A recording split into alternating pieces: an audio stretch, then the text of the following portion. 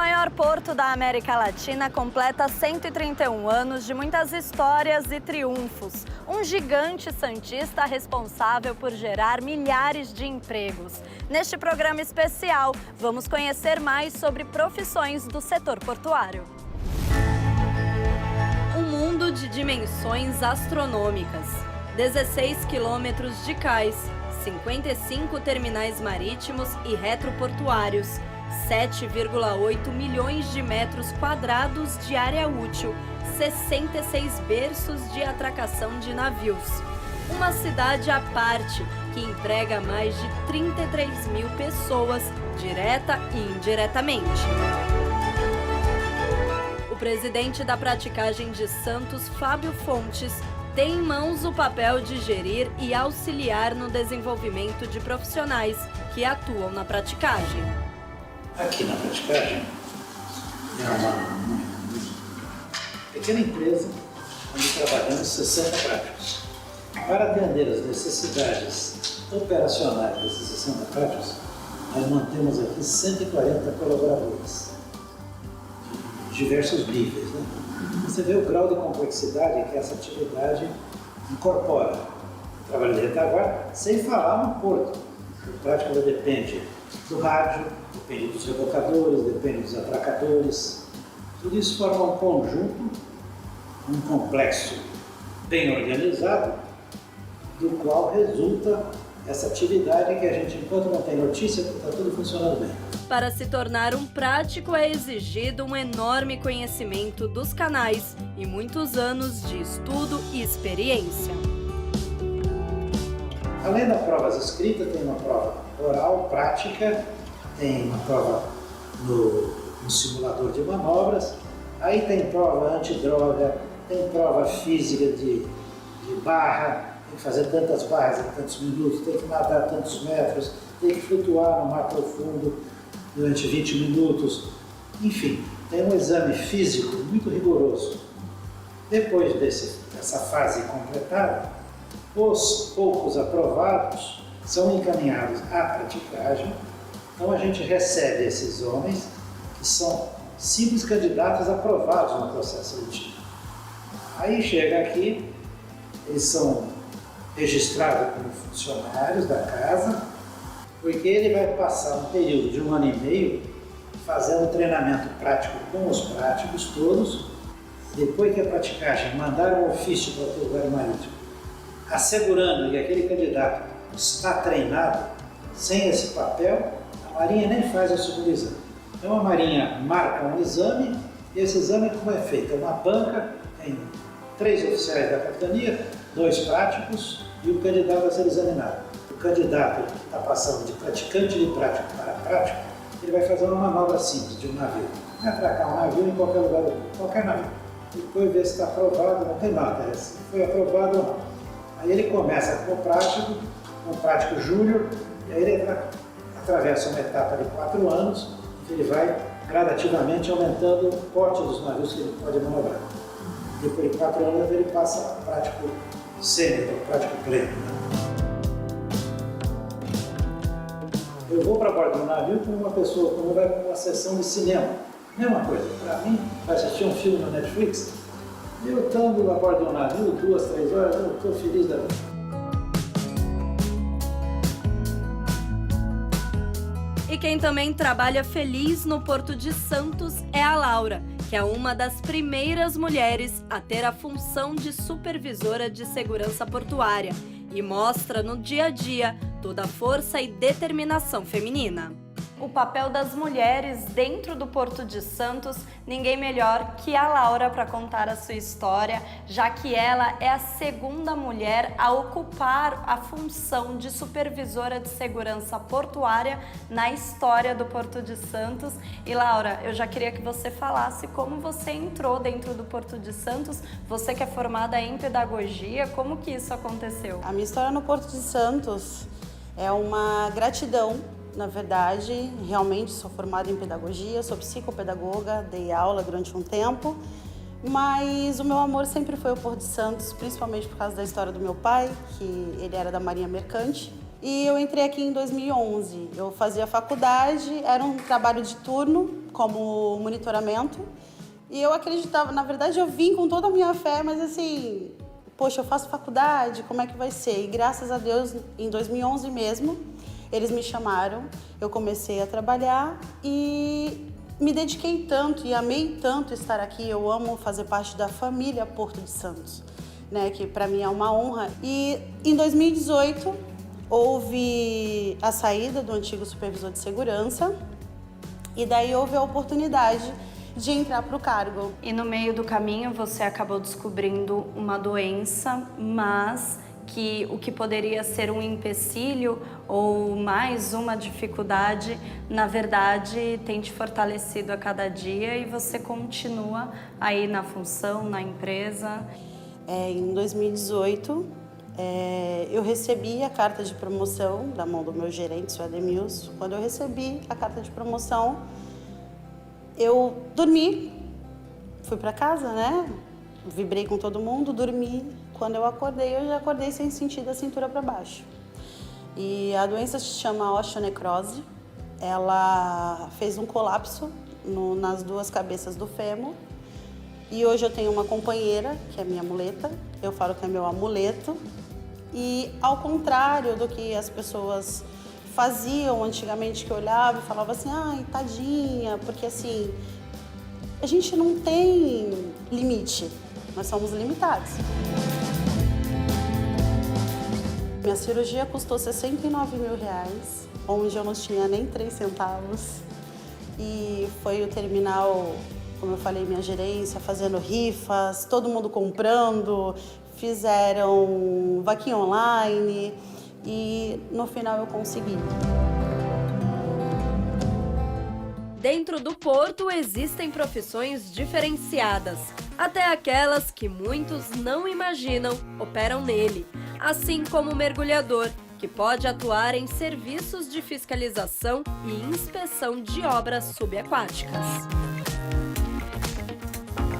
O porto tem uma gama muito grande de necessidade de mergulho, tanto de inspeções nas estruturas subaquáticas do porto, os trabalhos de recuperação estrutural, situações de acidentes, como aconteceu há algum tempo atrás, o navio saiu do porto e vários contêineres caíram dele, e ele foi feito um trabalho de resgate e buscas desses contêineres, fora as situações que acontecem até mesmo dentro do porto. Alguns terminais já sofreram problemas de atracação, às vezes uma ventania muito forte, ruptura de um cabo de amarração, o navio se desloca e colide com o terminal, danificando o cais, danificando as estruturas que estão debaixo. E vai fazer o que com essa situação que teve esse acidente, esse sinistro? Você tem que fazer um trabalho de recuperação para não perder o terminal. Então tudo isso é feito através do mergulhador profissional. Claro que nós temos um desempenho técnico muito grande por trás, porque não é só colocar o profissional na água, você tem que treinar esse profissional para poder entender o trabalho que vai ser executado. A gente escuta falar de mergulhador que está desempregado, né? Porque a gente tem assim uma divisão muito grande dos mergulhos, né? A gente tem um mergulho offshore, que a gente fala que é um mergulho em plataforma, e a gente tem um mergulho inshore. Então é difícil você, assim, qual o valor do mergulhador, o salário, é difícil você ponderar isso, né? Então assim, todo mergulhador tem o seu salário base e ganha mais os adicionais. E a união de todos faz com que existam várias oportunidades de empregos, como a cooperativa de caminhoneiros Copetrans, que hoje atua com mais de 633 associados, que trabalham na entrada e saída de mercadorias do Porto de Santos. Então, a cooperativa ela foi montada há 62 anos por um grupo de caminhoneiros, que não era nem a gente, eram pessoas mais antigas, para ter uma divisão de trabalho por igual que não existia, entendeu? Era muito pessoal que vinha de São Paulo, do Nordeste, vinha para cá, e o pessoal da região aqui acabavam perdendo espaço para esse pessoal de fora. E acabava que muitos pais de família não conseguiam trabalhar porque existiam os grupinhos. Quando montou a cooperativa, esses grupinhos começou a dividir por igual. Hoje a cooperativa ela trouxe uma igualdade de trabalho, entendeu? E trouxe uma segurança para o caminhoneiro, porque antes a gente saía para o trabalho, não sabia se a gente ia trabalhar, entendeu? Hoje não. Você já sai para o trabalho sabendo que vai fazer o teu trabalho, vai voltar para casa e vai ser chamado novamente. Porque o cooperado, hoje ele consegue ter uma vida com a família, né? Que antigamente a gente não conseguia ter. Antigamente tinha que ficar com o telefone 24 horas ligado. Hoje não, tem o grupo. Vai sair o trabalho, a cooperativa joga no grupo, o cooperado sabe quando vai trabalhar. Antes não tinha essa informação.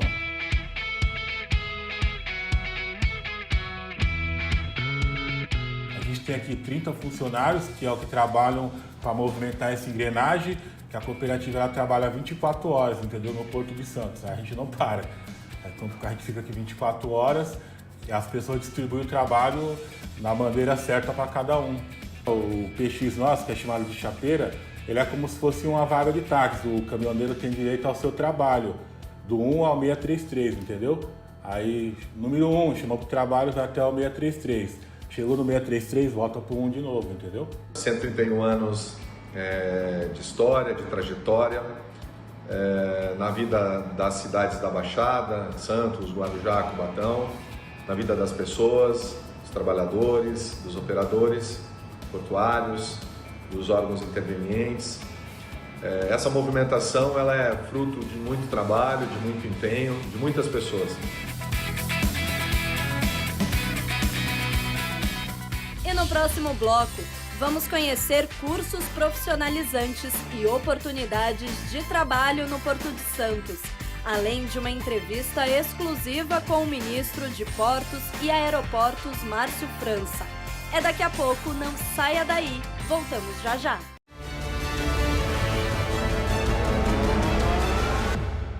O Porto de Santos é responsável por 30% da balança comercial brasileira, comprometendo 67% do PIB nacional, fazendo com que a geração de empregos e a procura de mão de obra qualificada cresça cada vez mais.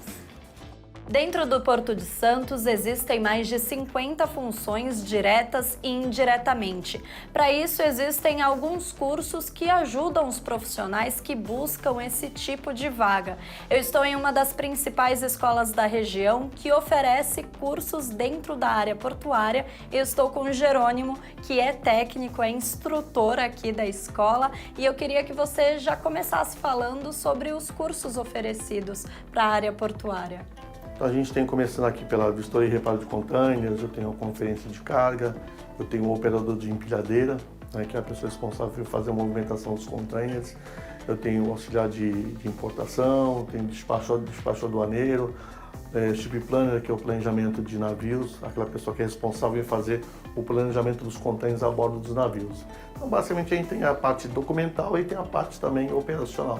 A gente tenta atrelar as duas juntas para poder, logicamente, entender um pouco de cada uma delas. São mais de 30 anos atuando nessa área, milhares de profissionais conseguiram emprego por conta dos cursos aqui oferecidos e podemos dizer que vagas existem em praticamente todas essas funções, né? Sim, hoje a gente tem praticamente as principais empresas, né, que trabalham como operador, a citar, por exemplo, os operadores portuários, para citar os principais, né, como o BTP, por exemplo, DP World, Ecoporto, Santos Brasil, né, Local Frio, para definir praticamente as principais. Logicamente, essas empresas requerem, logicamente, os funcionários com conhecimento básico.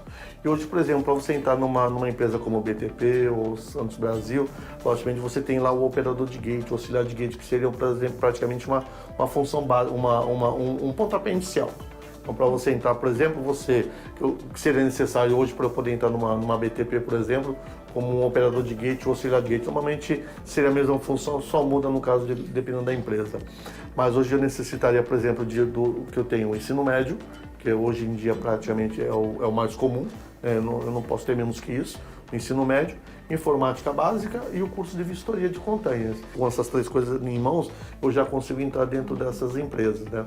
É uma função básica, mas lá dentro eu consigo depois, logicamente, galgar mais alguns degraus, né? Logicamente me aprimorando em outras áreas, para a parte da vistoria, para a parte ou até mesmo do reparo, ou até mesmo trabalhar na parte operacional juntamente com a administrativa. Então o pontapé, praticamente o pontapé inicial é esse.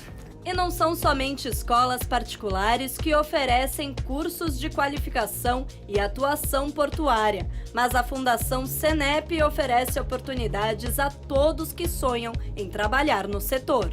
Bom, o Senep ele é a Fundação Centro de Excelência Portuária de Santos, é uma fundação pública de direito privado que foi criada justamente visando a demanda e com o intento de, primeiro, conectar a população ao porto, segundo, também possibilitar a capacitação e o treinamento do trabalhador portuário, seja ele avulso, seja ele vinculado no Porto de Santos. Bom, o Senep oferece inúmeros cursos, tanto voltados para a área operacional, desde empilhadeira de pequeno porte, garfo, clamps, como também cursos educacionais teóricos, cursos voltados à liderança portuária, à importação e exportação, e cursos que mostram, a exemplo de um dos cursos que nós temos aqui no EAD, 100% EAD, que é um curso que mostra os fundamentos da logística e a infraestrutura voltados ao porto.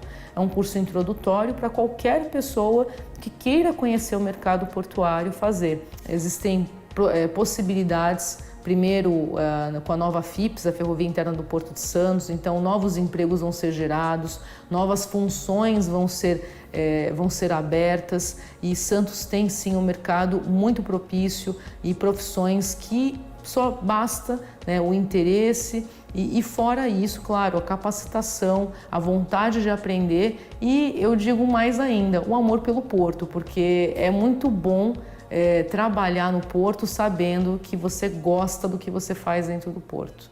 Quando falamos em vagas de emprego, o Porto de Santos é democrático, pois oferece espaço para todos.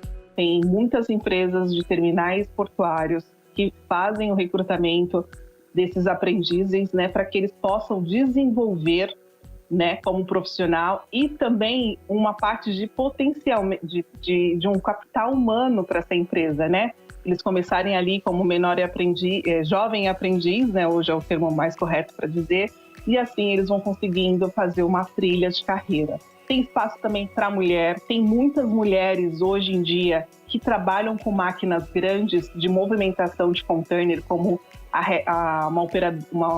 uma empilhadeira de porte grande, também como eletricista, como manutenção, dos equipamentos e assim vai.